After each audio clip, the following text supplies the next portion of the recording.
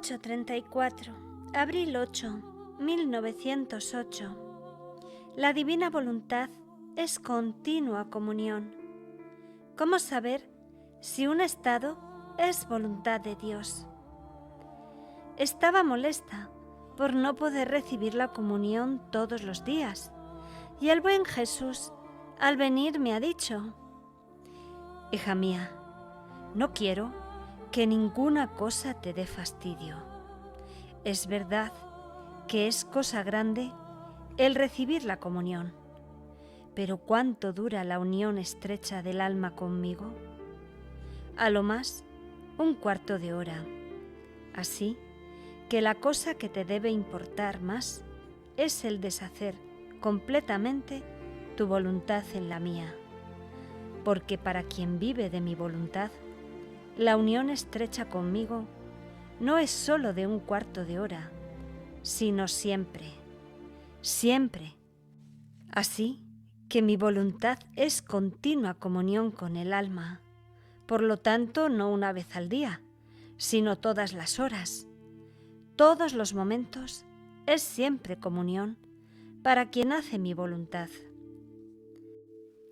Ahora, habiendo pasado días amarguísimos por la privación de mi sumo y único bien, pensando y temiendo que mi estado fuera una ficción, el estar en la cama, sin ningún movimiento, sin ninguna ocupación, esperando la venida del confesor y sin mi acostumbrado adormecimiento, me angustiaba y martirizaba tanto que me hacía caer enferma por el dolor y por las continuas lágrimas.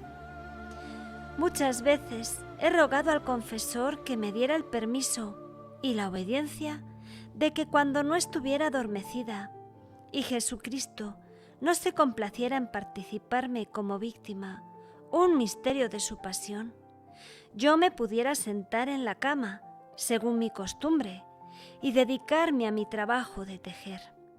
Pero él, continua y absolutamente, me lo ha prohibido. Es más, ha agregado que este estado mío, si bien con la privación de mi sumo bien, debía considerarse como estado de víctima por la violencia y el dolor en la dicha privación y por la obediencia. Yo he obedecido siempre, pero continuamente el martirio del corazón me decía: ¿y no es esta una ficción? ¿Dónde está tu adormecimiento? ¿Dónde el estado de víctima? ¿Y tú, qué cosa sufres de los misterios de la pasión? Levántate, levántate, no hagas simulaciones, trabaja, trabaja. ¿No ves que este fingimiento te llevará a la condenación? ¿Y tú no temes y no piensas en el juicio tremendo de Dios? ¿No ves que después de tantos años no has hecho otra cosa que cavarte un abismo del cual no saldrás en toda la eternidad? Oh Dios, ¿quién puede decir el tormento del corazón y los crueles sufrimientos que me atormentan el alma, me oprimen y me arrojan en un mar de dolores? Pero la tirana obediencia no me ha permitido ni siquiera un átomo de mi voluntad. Sea hecha la divina voluntad que así dispone. Mientras estaba en estos crueles tormentos, esta noche, encontrándome en mi habitual estado, me veía circundada por personas que decían: reza un Padre Nuestro, un Ave María y un Gloria en honor de San Francisco de Paúl, y él te traerá algún alivio a tus sufrimientos. Entonces yo los he rezado, y en cuanto los he terminado, ha aparecido el santo trayéndome una pequeña hogaza de pan. Me la ha dado diciéndome: cómela. Yo he comido y me he sentido toda fortificada, y después le he dicho: amado santo, quisiera decirte alguna cosa. Y él, con toda afabilidad: Di, ¿qué cosa quieres decirme? Y yo, temo tanto que mi estado no sea voluntad de Dios. Mira, en los primeros años de esta enfermedad me sucedía a intervalos. Sentía que nuestro Señor me llamaba porque me quería víctima y al mismo tiempo me sentía sorprender por dolores y heridas internas, tanto que externamente parecía como si hubiera tenido un accidente. Por lo tanto, temo que mi fantasía me producía esos males. Y el santo, la señal segura para conocer si un estado es voluntad de Dios, es si el alma está dispuesta a hacer diversamente, si conociera que la voluntad de Dios no fuera más aquella. Y yo, no quedando convencida, he agregado: querido santo, no te he dicho todo. Escucha, las primeras veces fue a intervalos, pero desde que nuestro Señor me llamó a la inmolación continua, ya van 21 años que estoy siempre en cama. ¿Y quién te podrá decir las vicisitudes? A veces parece que me deja, me quita el sufrir que es mi único y fiel amigo en mi estado. Y yo quedo triturada sin Dios, sin el sostén del mismo sufrir. Por eso las dudas, los temores de que mi estado no es voluntad de Dios. Y Él, toda dulzura.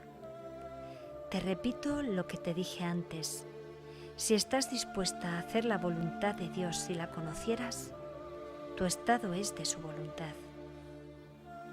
Y como yo siento en el alma que si conociera la voluntad de Dios con toda claridad, estaría dispuesta a costa de mi propia vida a seguir su santo querer, por eso he quedado más tranquila.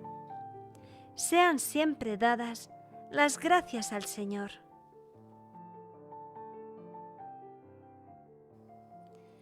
8:35, mayo 3, 1908. Efectos de la circulación del divino querer en el alma.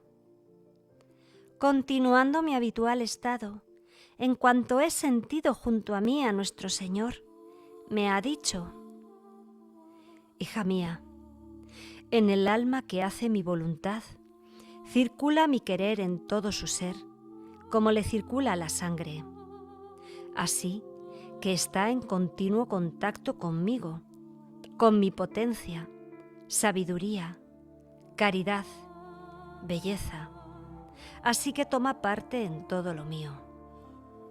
Por eso, no viviendo más de su querer vive en el mío, y así como el mío circula en el suyo, así el suyo circula en todo mi ser, y siento continuamente su contacto, y sintiéndome continuamente tocado por ella, tú no puedes comprender cuánto siento amarla, cuánto quiero favorecerla y consentir en todo lo que me pide.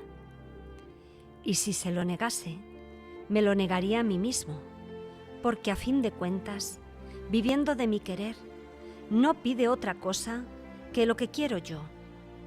Esto quiere y solo esto la hace feliz, tanto para ella como para los demás, porque su vida está más en el cielo que en la tierra. Este es el fruto que produce mi voluntad, beatificarla anticipadamente.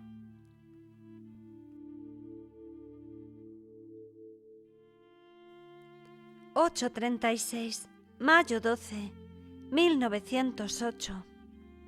Los ricos, con su mal ejemplo, han envenenado a los pobres.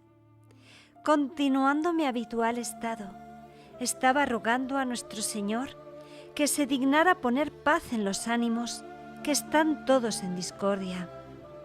Los pobres quieren agredir a los ricos. Hay una agitación, una avidez de sangre humana que parece que ellos mismos no saben contenerse más. Si el Señor no pone su mano, estamos ya a punto de recibir los castigos que tantas veces ha manifestado. Después, en cuanto ha venido, me ha dicho: hija mía, justa justicia mía, los ricos han sido los primeros en dar mal ejemplo a los pobres, los primeros que se han alejado de la religión, de cumplir sus deberes, hasta avergonzarse de entrar en la iglesia, de escuchar la misa, de cumplir los preceptos.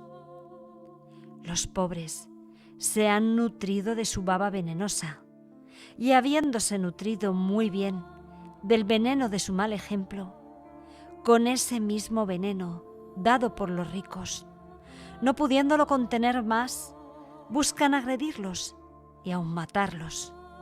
No hay orden sin sujeción. Los ricos se han sustraído de Dios. Los pueblos se rebelan contra Dios, contra los ricos y contra todos. La balanza de mi justicia está llena y no puedo contenerla más.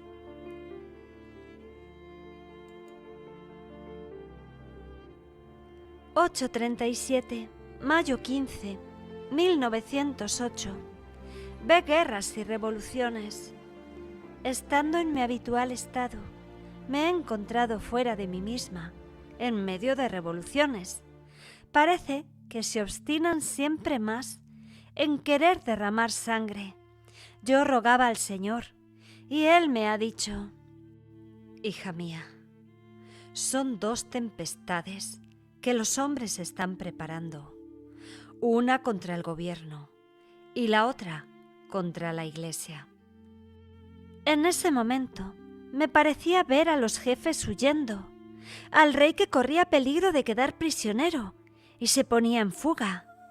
No sé decirlo bien, pero me parecía que caía en las manos de los enemigos. Todos los ricos estaban en graves peligros, y quién caía víctima. Pero lo que más me daba pena era ver que entre los jefes de las revoluciones, aun contra la Iglesia, no faltaban los sacerdotes. Cuando después las cosas llegaban a los últimos excesos, parecía que intervenía una potencia extranjera. No sigo más adelante, porque son cosas dichas otras veces.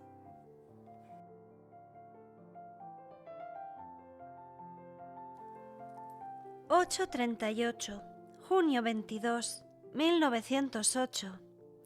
La divina voluntad triunfa sobre todo. Esta mañana me sentía muy oprimida por la privación de mi adorable Jesús y decía entre mí: no puedo más. ¿Cómo puedo vivir sin mi vida? ¿Qué paciencia se necesita sin ti? ¿Cuál será la virtud que podrá inducirlo a venir? Mientras estaba en esto, ha venido y me ha dicho: hija mía, la virtud que triunfa sobre todo, que conquista todo, que allana todo, que endulza todo, es la voluntad de Dios, porque ésta contiene tal potencia que no hay cosa que pueda resistirle. Mientras esto decía, aparecía ante mí un camino todo lleno de piedras, de espinas y de montes escarpados. Todo esto puesto en la voluntad de Dios, con su potencia. Las piedras quedaban pulverizadas, las espinas cambiadas en flores y los montes allanados. Así que en la voluntad de Dios todas las cosas tienen un solo aspecto, todas toman el mismo color. Sea siempre bendita su santísima voluntad.